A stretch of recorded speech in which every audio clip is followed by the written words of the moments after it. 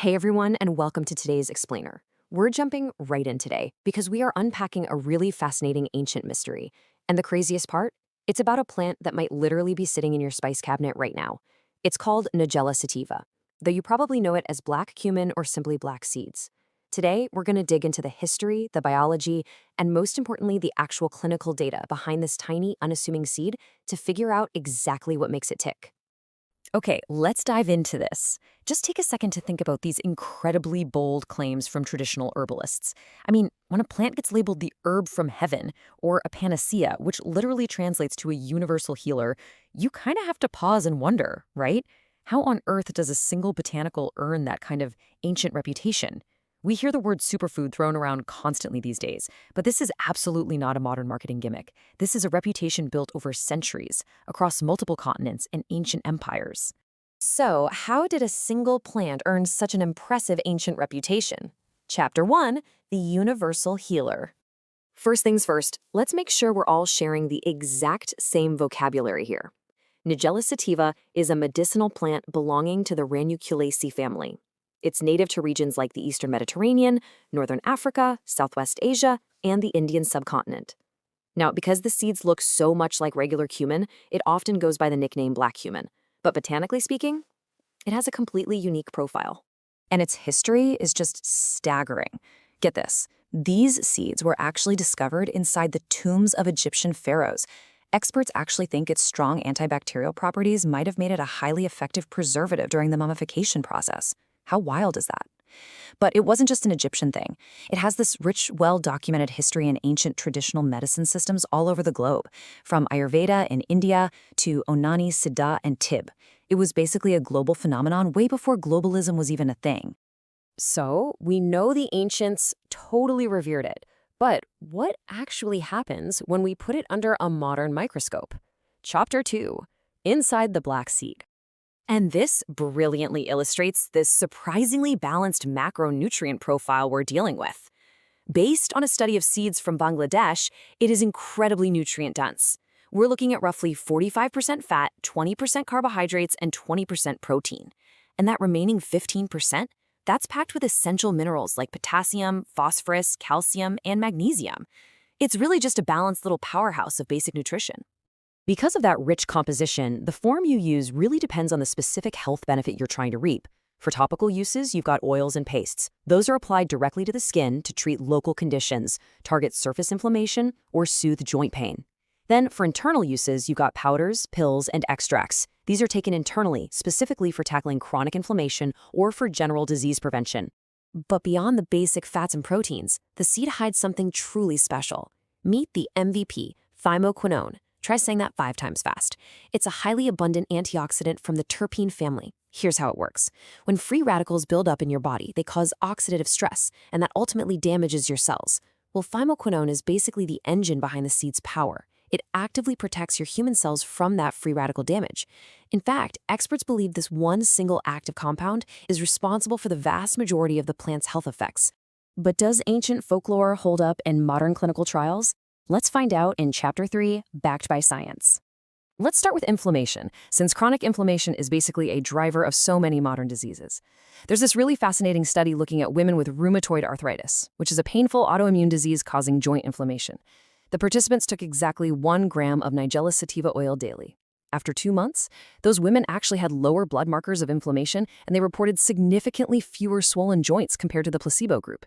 It's a fantastic result. Though keeping things objective, we definitely need more human trials to confirm this on a larger scale. Next up, brain protection. We know inflammation in the brain plays a massive role in conditions like Alzheimer's and Parkinson's. In one small, slightly older study, older adults took 500 milligrams of the seed daily for 9 weeks. And the result? They tested significantly higher in measures of attention, memory, and overall cognition than the placebo group. This suggests that thymoquinone might actually help delay age-related memory loss by keeping localized brain inflammation in check. Now, what's really interesting about this next data is the profound before and after effect on heart health. High cholesterol is obviously a massive risk factor for heart disease.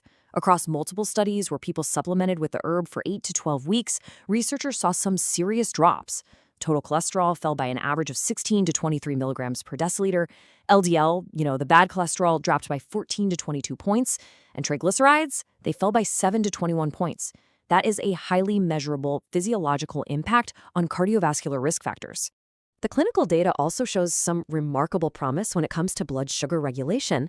In a study of adults with type 2 diabetes, taking just 1 gram daily for 8 weeks lowered fasting blood sugar by a really impressive average of 17.8 milligrams per deciliter. On top of that, hemoglobin A1C, which measures blood sugar control over time, dropped by 0.7%. Why does this happen? Well, experts think the seed actually increases insulin secretion, and it improves how effectively your cells absorb sugar from the blood.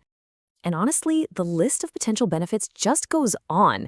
I'll rapid fire these for you, but keep in mind, many of these are based on preliminary or animal studies, so we definitely need more human research. But check this out. It may improve asthma symptoms. It shows a strong ability to fight bacteria and viruses, especially the yeast Candida albicans. There's also evidence it might protect the liver from damage, and it may even enhance kidney function in people with chronic kidney disease. You can totally see why the ancients thought it cured literally everything. But we have to look at the full objective picture here. Chapter 4, Safety and Side Effects. It's absolutely the most important question you should ask before introducing anything new to your routine. But is it entirely safe? Because, just because something is natural doesn't mean it carries zero risk. Biology is rarely that simple. So historically speaking, Nigella Sativa has been used for centuries with very few reports of adverse effects, especially when we're just talking about small culinary amounts. However, objective safety data from animal studies gives us a really important warning. When mice were given massive oral doses, they actually experienced multi-organ failure and difficulty breathing. Plus, large doses given to pregnant rats caused pregnancy loss and developmental issues. Now, are humans likely to ingest these massive amounts? Probably not, unless they're severely overdosing on concentrated supplements. But it highlights a really stark reality. We currently lack evidence-based human dosage safety recommendations. So, the crucial point is, how do we bridge the gap between ancient wisdom and modern life? Chapter 5, How to Use It. If you want to safely tap into the protective power of thymoquinone without, navigating the wild west of high-dose supplements, here is your actionable payoff. Just do one thing. Start small in the kitchen. You can easily swap in black seeds for regular cumin in your everyday cooking. It adds this wonderful, complex flavor to things like roasted potatoes, a warm bowl of red lentil dal, or even your Tuesday night loaded tacos. It's a fantastic, low-stakes way to safely enjoy the benefits. And that leaves us with a pretty provocative thought to end on.